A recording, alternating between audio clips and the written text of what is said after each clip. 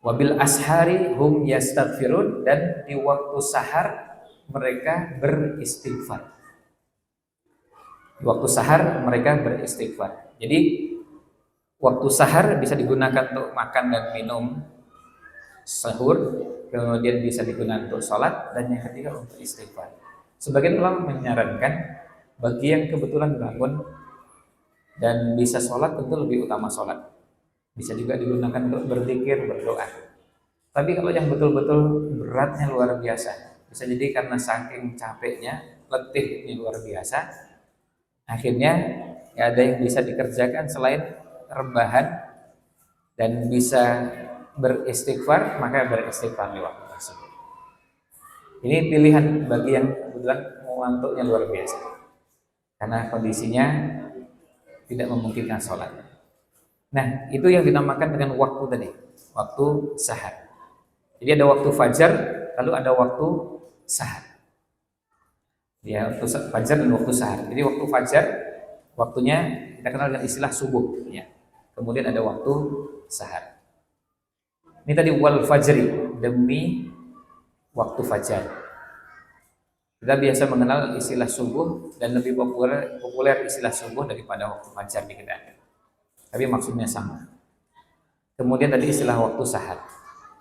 Lalu ayat keduanya walayalin ashr. Ini juga wawunya sama dengan ayat sebelumnya. Di ayat pertama wawunya dinamakan wawul qasam, wawu yang menunjukkan sumpah. Artinya Allah bersumpah dengan layalin, malam-malam yang jumlahnya ashr, jumlahnya 10. Jadi Allah bersumpah dengan 10 malam atau 10 hari. Kadang-kadang ketika menyebutkan malam maksudnya adalah siang dan malam, tetapi penekanannya pada waktu malam. Dan bisa juga maknanya dua-duanya. Nah, ketika disebutkan 10 malam, yang dimaksud ini apa? 10 malam ini, kapan 10 malam yang dimaksud? Nah, ulama berbeda pendapat. Sebagian sahabat ada yang berpendapat bahwa 10 malam yang dimaksudkan dalam ayat tersebut adalah 10 hari pertama di bulan Dzulhijjah. 10 hari pertama bulan Dzulhijjah. Nah, ini yang ada pada ayat tersebut. Artinya kalau disebutkan 10 hari pertama bulan Dzulhijjah dan ini ditekankan secara khusus, ini artinya ada keutamaan yang sangat luar biasa untuk mengisi 10 hari pertama bulan Dzulhijjah. Lalu apa istimewanya 10 hari pertama bulan Dzulhijjah dibanding dengan yang lain?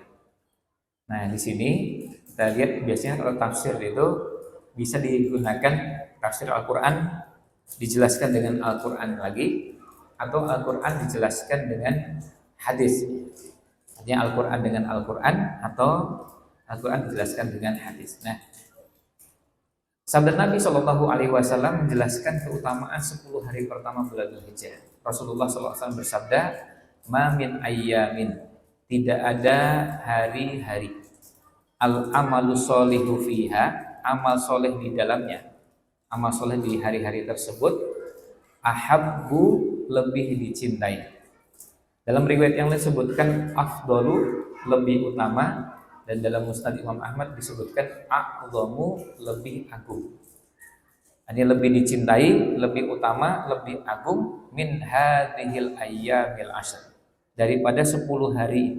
Maksudnya 10 hari pertama di bulan Dzulhijjah. Kemudian sahabat bertanya, "Ya Rasulullah, wahai Rasulullah, walal jihadu fi sabilillah, apakah jihad fi sabilillah juga tidak bisa mengalahkan amal pada 10 hari pertama bulan Dzulhijjah?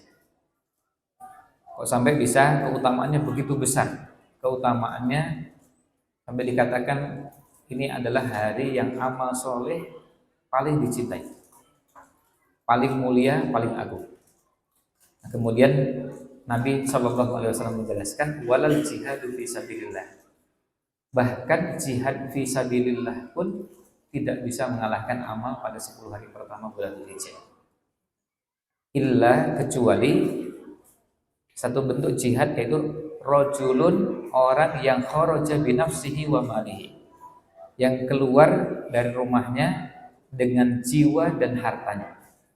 Falam yarji min dzalika bi syai'in, dan tidak pulang dengan sesuatu apapun. Bisa maknanya berangkat membawa harta, kemudian jiwanya, dan pulang hartanya ludes semua, habis. Atau yang pulang cuma tinggal namanya. Nah, ini bisa mengalahkan amal pada 10 hari pertama bulan Dzulhijjah. Ini artinya besarnya luar biasa keutamaan. Sampai-sampai jihad fisabilillah bisa terkalahkan. Oleh karena itu, begitu mendengar sabda Nabi Shallallahu Alaihi Wasallam seperti ini, para sahabat antusiasnya luar biasa. Karena mereka melihat bahwa ini adalah amal yang keutamaan yang besarnya luar biasa, agungnya luar biasa. Nah, kalau melihat amal yang begitu besar dan begitu agung, maka kemudian yang jadi bahasan berikutnya adalah kenapa 10 hari pertama bulan Dzulhijjah ini punya keutamaan begitu besar. Tentu kalau hadisnya jelas menunjukkan hal tersebut jadi keutamaannya. Tapi kira-kira apa hikmahnya? Kenapa kalau 10 hari ini begitu besar dan begitu agung? Imam Al-Hafidz Ibnu Hajar menjelaskan di antara alasannya adalah karena di 10 hari pertama bulan Dzulhijjah ini terkumpul beberapa amal yang tidak bisa terkumpul atau tidak terkumpul pada 10 hari yang lain.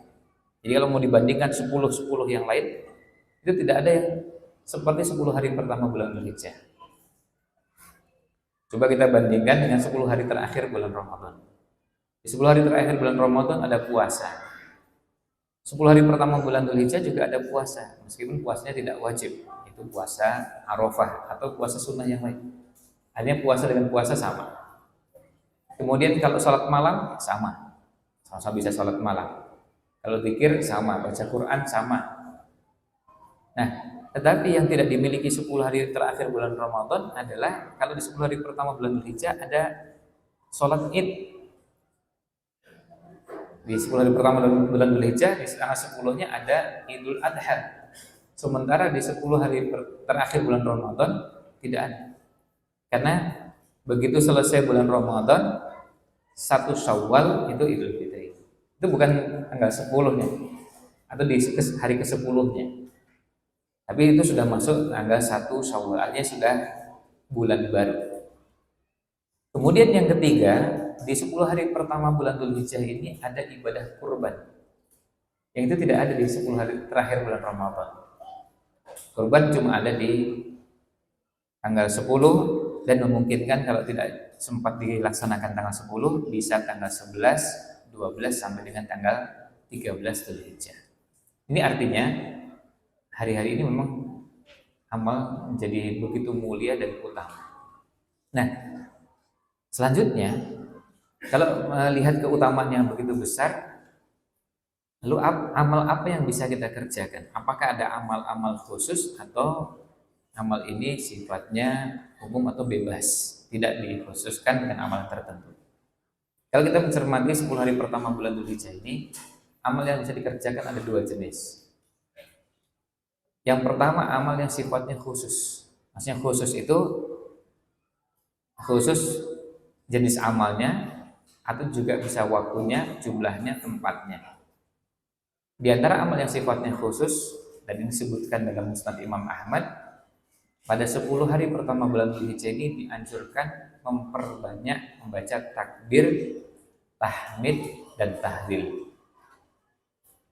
Takbir, tahmid, dan tahlil ini kemudian kalau kita baca sekaligus dalam satu rangkaian, biasanya kita kenal dengan istilah di masyarakat kita takbiran. Redaksinya seperti takbiran yang biasa kita ucapkan pada Idul Fitri, juga sama pada Idul Adha. Jadi artinya di situ ada takbir, ada tahmid, ada tahlil. Coba kita lihat pada redaksi takbir yang populer yang biasa kita kenal. Baik yang takbirnya disebutkan 2 kali maupun 3 kali, karena riwayatnya dari 2 sahabat yang berbeda, baik yang 2 maupun 3. Kita lihat di takbirnya, Allahu Akbar, Allahu Akbar. Ini takbir. Riwayat yang lain 3 kali, Allahu Akbar, Allahu Akbar, Allahu Akbar. Ini takbirnya. Kemudian lanjutannya yaitu tahlil. La ilaha illallah. Ini tahlil. La ilaha illallah. kalimat tahlil. Berikutnya apa? Takbir lagi. Allahu Akbar.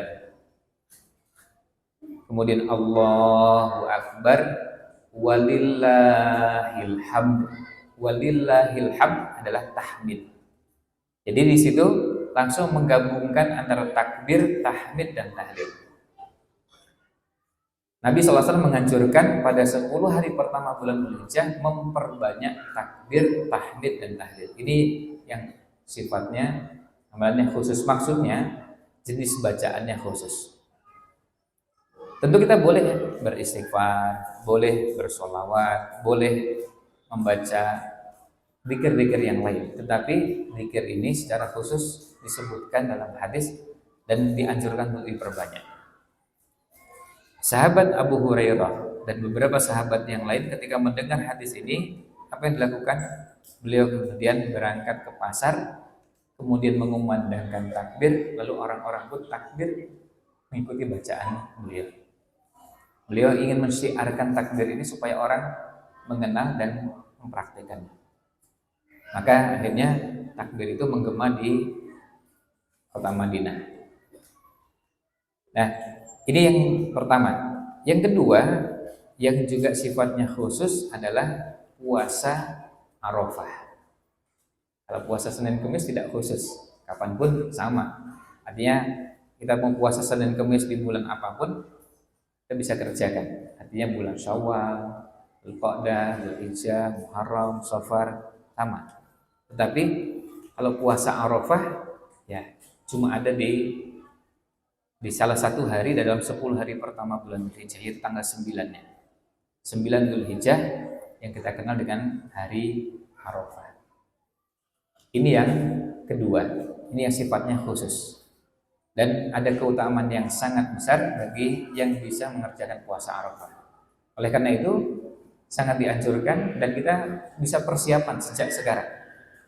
Hanya sejak sekarang kita bisa persiapan sehingga pada saat misalnya kita berada di tanggal 5 Dzulhijjah, lalu 6, 7, nah berarti kita sudah mulai persiapan. Begitu tanggal 8, nah berarti besok kita puasa. Jadi begitu, kita persiapan. Ini yang kedua yang sifatnya khusus. Yang ketiga yang juga khusus adalah ibadah sholat Id yang kita kenal dengan Idul Adha. Ini juga khusus. Maksudnya khusus itu artinya memang hanya bisa dikerjakan pada hari itu. Tidak mungkin kita sholat Id hari ini, besok pagi kita nggak mungkin sholat Id. Nah, sholat Id ya kalau Idul Adha tanggal 10 Dzulhijjah. Lalu yang keempat ibadah kurban. Ibadah kurban tidak mungkin kita kerjakan sebelum tanggal 10. Artinya tidak mungkin kita kurban hari ini. Meskipun kita punya kambing, punya sapi, kita bisa menyembelih sendiri atau membayar orang untuk nyembelih. Tapi masalahnya kalau disembelihnya hari ini atau besok pagi bukan kurban namanya. Tentu boleh kalau ada yang besok mau nyembelih kambing gitu terus lalu dibagikan ke jamaah masjid gede Kauman untuk makan bareng-bareng. Itu boleh, tapi acaranya itu acara makan-makan, bukan acara kurban. Jadi kalau kurban ya tanggal 10 atau 11 atau 12 atau 13. Nah ini khusus. Khusus maksudnya tidak mungkin dimajukan. Tidak mungkin kita kerjakan hari ini. Sekaligus Bapak Ibu sekalian, kalau ada keluarga, ya maaf, kalau ada keluarga yang berangkat haji, tahun ini, kalau kebetulan kurban di sana, karena tidak sedikit jamaah Indonesia yang melaksanakan kurban di sana. Tentu kalau kurbannya di sini kita nggak ada masalah. Tapi kalau kurbannya di sana dan kemudian pelaksanaan kurbannya dititipkan bisa lewat mukimin, ada orang Indonesia yang mukim di sana atau lewat kenalan yang ada di sana, yang perlu diingatkan adalah jangan sampai kurbannya dilaksanakan sebelum tanggal 10. Kenapa ini perlu diingatkan secara khusus? Apa tidak dicermati? Ini adalah terjadi dan benar-benar terjadi, bukan cuma sekali dua kali. Kami sering mendapati ada yang karena begini, uang kurban itu kadang-kadang dibarengkan dengan uang dam untuk tamattunya. Jemaah haji Indonesia itu umumnya berangkat dengan haji tamattu. Nah, yang hajinya tamattu mereka membayar diistilahkan dengan yang populer dengan nama dam.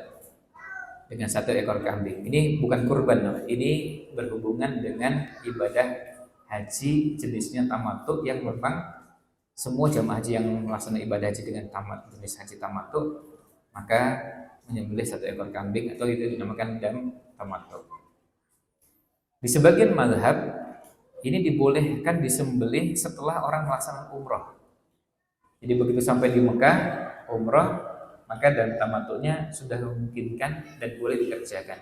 Ini pendapat sebagian mazhab. Nah, tetapi masalahnya pada saat disetorkan uangnya, ada yang nyetorkannya sekalian, bayar untuk tamattu sekaligus untuk kurban. Dan saya mendapati langsung ada jamaah yang beberapa tahun yang lalu, begitu saya tanya dari mana, oh tadi habis lihat penyembelihan kambing, padahal itu baru tanggal 3 Dzulhijjah. Terus saya tanya, ini nyembelihnya apa? Nyembelihnya ya 2, pertama dam, yang kedua kurban. Nah, sebentar, kalau kurban ini masalahnya nyembelih kurban sebelum 10 Dzulhijjah. Mau tanggal 2, tanggal 3, tanggal 4 sampai tanggal 9 pun tetap bermasalah kalau ini kurbannya tanggal sebelum tanggal 10. Karena kurban itu dilaksanakannya jelas setelah sholat Id. Dan tidak memungkinkan sebelum. Maka kalau dipotong sebelum itu ya berarti statusnya bukan kurban. Karena kurban itu khusus waktunya, tidak mungkin kita majukan sehari, tidak mungkin. Seperti kita di tanah air, itu tidak mungkin. Nah, yang bersangkutan baru tersadarkan lagi ya. Masuk kurban tanggalnya baru tanggal 2, tanggal 3, tanggal 4. Yang kita di tanah air alhamdulillah itu nggak mungkin terjadi. Kan tidak pernah kita temukan ada yang kurbannya misalnya tanggal 5 Dzulhijjah gitu, lalu nyembelih kurban. Enggak. Kita nggak pernah mendapati itu. Tapi kadang-kadang tadi karena nitipkan uangnya sekalian, kemudian yang nyembelih juga tidak mendapatkan informasi ini kurban, ini dam tamattu, pokoknya sekalian jumlahnya berapa? Jumlahnya misalnya 50 ekor kambing. Ya sudah dipotong semua.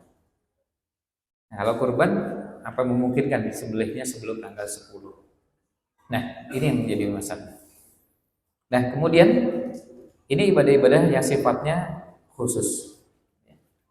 Kemudian ada takbir yang juga sifatnya khusus dilakukan setelah sholat fardu. Dilakukan setelah sholat fardu. Nah, ini dilakukannya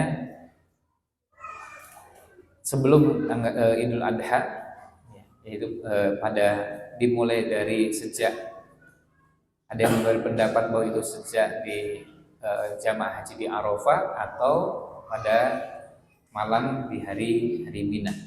Ada perbedaan pendapat dengan para ulama tentang jumlahnya, tapi yang jelas itu takbir yang bisa dikerjakan pada waktu-waktu yang sifatnya khusus. Nah, selain ibadah-ibadah tersebut, ibadahnya bebas.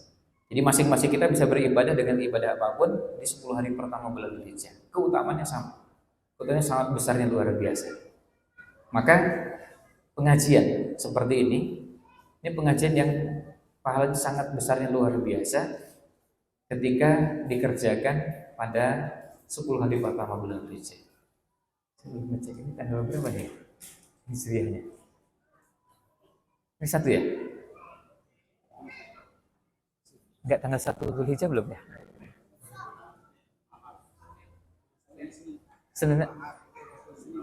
Senin apa Ahad ya?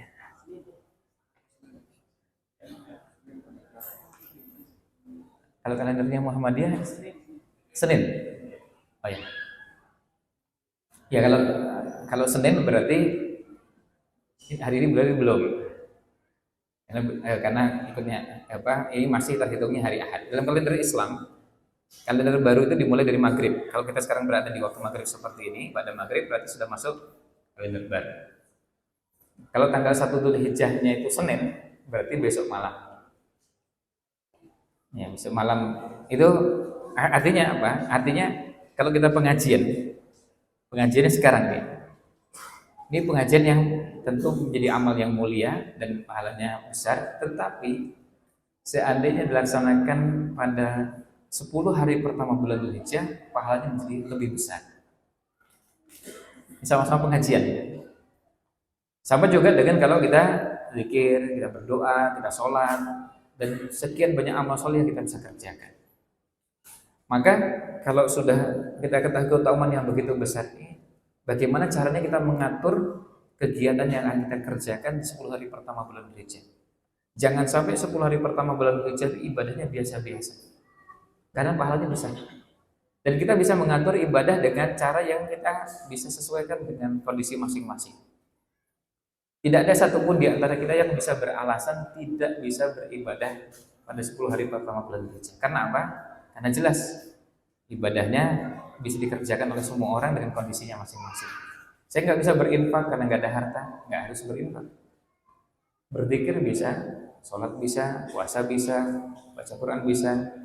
Kalau sebagai anak berbakti pada orang tua juga bagian dari amal soleh. Amal solehnya tidak ditentukan. Dan biasanya amal soleh itu yang disebutkan oleh para ulama diistilahkan dengan dua istilah. Pertama, ibadah. Ini ibadah atau amal soleh. Yang pertama, ibadah lazimah. Ibadah lazimah itu artinya ibadah yang hubungannya antara dirinya dengan Allah Subhanahu wa taala. Dan yang kedua, ibadah muta'addiyah. Ibadah muta'addiyah itu ibadah yang hubungannya antara seseorang dengan orang lain. Maka ada unsur kebermanfaatan yang dirasakan oleh orang lain. Misalnya, ketika seseorang bertemu dengan orang lain lalu tersenyum. Ini ibadah muta'addiyah. Ketika ada orang yang membutuhkan bantuan, meskipun hanya cuma seperti dalam hadis, hanya cuma membantu ada orang mau naik ke atas kendaraannya, lalu kita angkatkan barangnya naik ke atas kendaraannya. Bantu gotong barangnya, kita naikkan, ini juga jadi amal soleh. Ada yang membantu mengantarkan, bantu menunjukkan, membantu apapun ini menjadi amal soleh. Maka bagaimana caranya di 10 hari pertama bulan Dzulhijjah itu yang kita pikirkan amal soleh apa yang bisa kita kerjakan hari ini. Dan kita bisa beribadah sebanyak-banyaknya.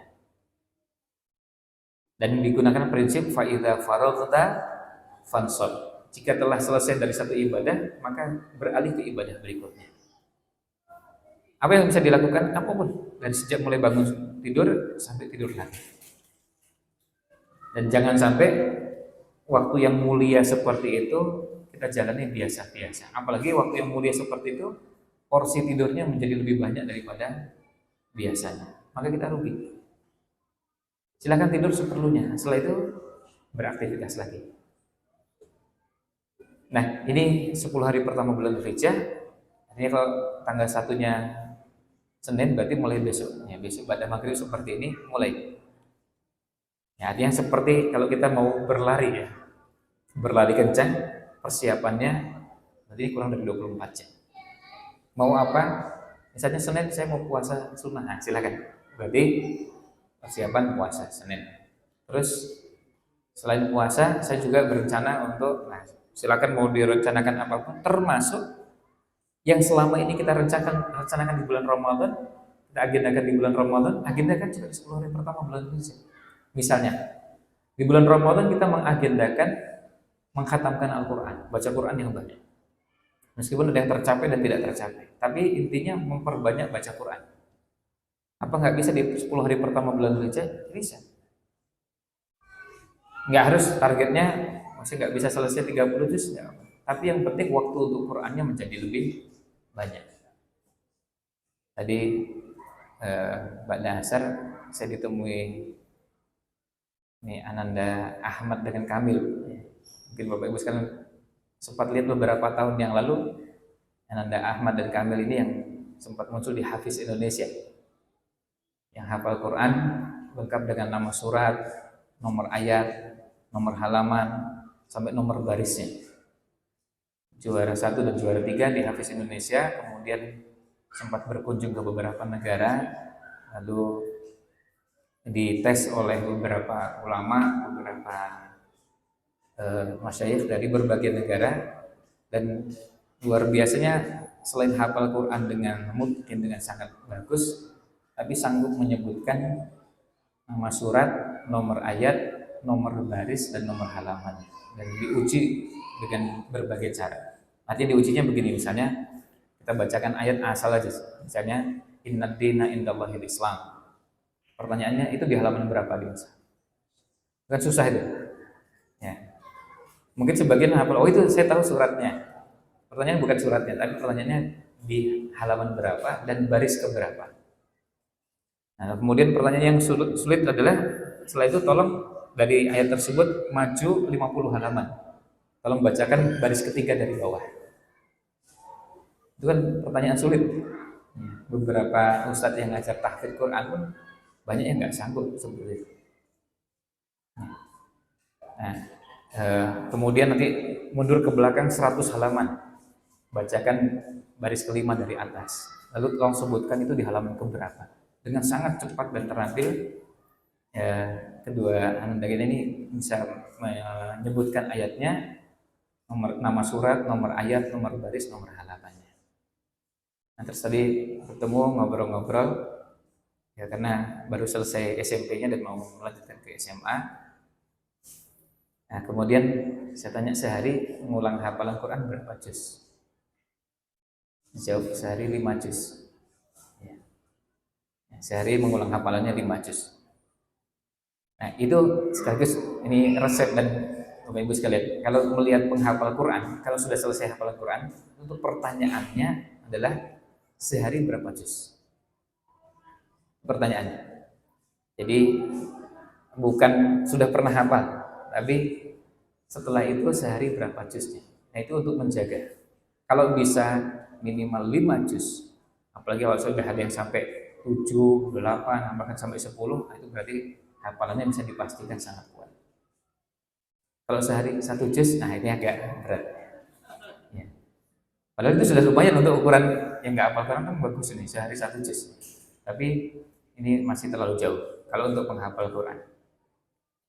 Dan semakin banyak, semakin bagus. Biasanya standarnya yang bagus itu 5, dan 5 ke atas. Dan bisa istiqomah tiap hari kan berarti per 6 hari khatam, 6 hari lagi khatam, sehingga ketemu ayat-ayat dalam Al-Quran itu menjadi sangat sering dan sangat hafal. Dan setelah itu nanti pertanyaan berikutnya, pernah ngulang hafalan Quran sebanyak berapa kali? Saya pernah bertemu dengan seorang guru tahfidz Quran dari Sudan, umurnya baru 23 tahun. Saya tanya, sudah berapa kali mengulang hafalan Quran? Jawabnya 1000 kali. Ya, 1000 kali khatam. Ya. Setelah hafal Quran. Sudah Masya Allah, luar biasa, tabarakallah. Belum apa-apa, guru saya 5.000. Gurunya 5.000 kali. Ya. Nah, sehingga membaca surat Al-A'raf itu seperti baca Al-Fatihah. Kan kita nggak pernah keliru ya Al-Fatihah. Ya seperti itu. Kan nggak ada kita temukan ada orang baca Al-Fatihah terus lupa itu. Setelah ihdinas siratal mustaqim apa? Itu nggak ada yang bingung gitu. Karena saking lancarnya.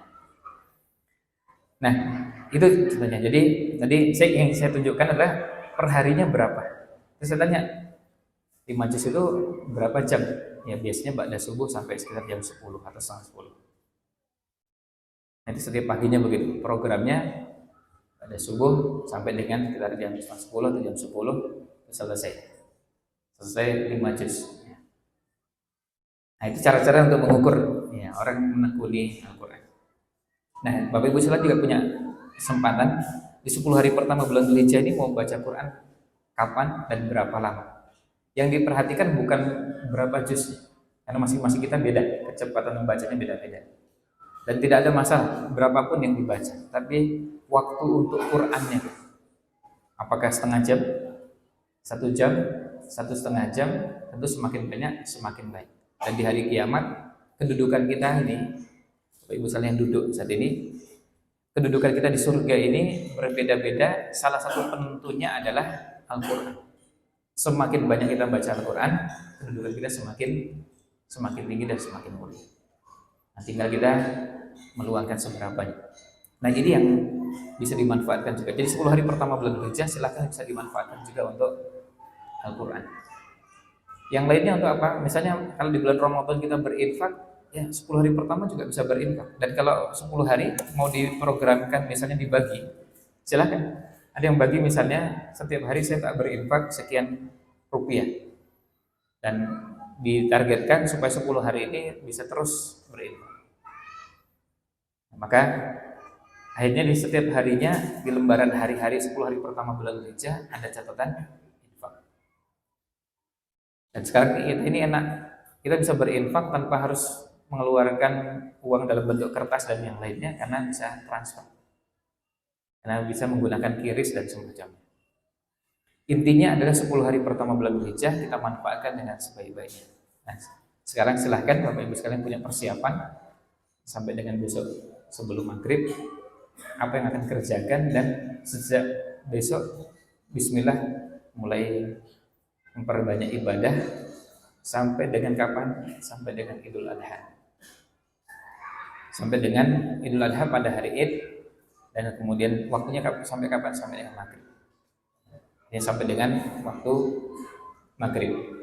Itu sampai dengan 10 hari pertama bulan Dzulhijjah. Kita berharap mudah-mudahan dalam lembaran amal kita setiap harinya ditemukan sekian banyak takbir, tahmid, tahlil, istighfar, sholawat, dan zikir-zikir lainnya, baca Quran, termasuk infak dan sedekah kita, sehingga 10 hari pertama bulan Dzulhijjah itu penuh dengan catatan amal kebaikan. Nah, itu ulasan yang bisa kami sampaikan pada kesempatan di malam ini. Mudah-mudahan ada manfaat yang kita bisa dapatkan, dan kita berharap mudah-mudahan 10 hari pertama bulan Dzulhijjah ini betul-betul berbeda dengan sebelumnya.